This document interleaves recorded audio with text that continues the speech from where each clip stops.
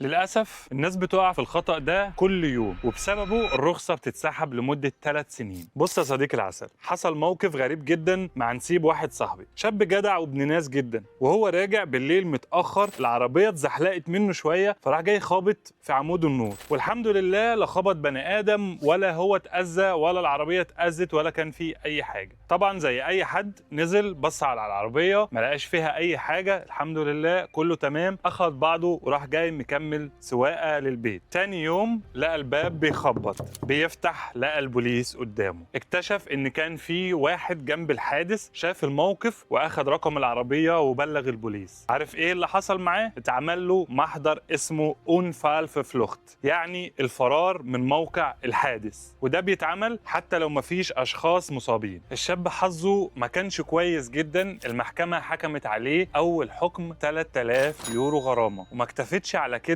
لا، وحبت تأدبه وتخليه عبرة لأي حد يعمل موقف زي ده، وادته حرمان من رخصة السواقة لمدة 3 سنين. 3 سنين مش هيعرف يسوق تاني، رغم انه عايش في ضيعة صغيرة بيروح منها للشغل بتاعه، ودايما محتاج العربية في شغله، وكمان بياخد الأطفال بيوديهم الحضانة بالعربية. وبالفعل قال الكلام دوت للمحكمة، ان انا مش هعرف اعيش بالطريقة ديت وبوصل اولادي الحضانة بالعربية وبروح شغلي. ولكن المحكمة اتصرفت معاه كالعاده، قالت له القانون قانون، اتصرف، روح عيش في المدينه، روح اشتغل اونلاين، اعمل اي حاجه، ولكن القانون هيتطبق.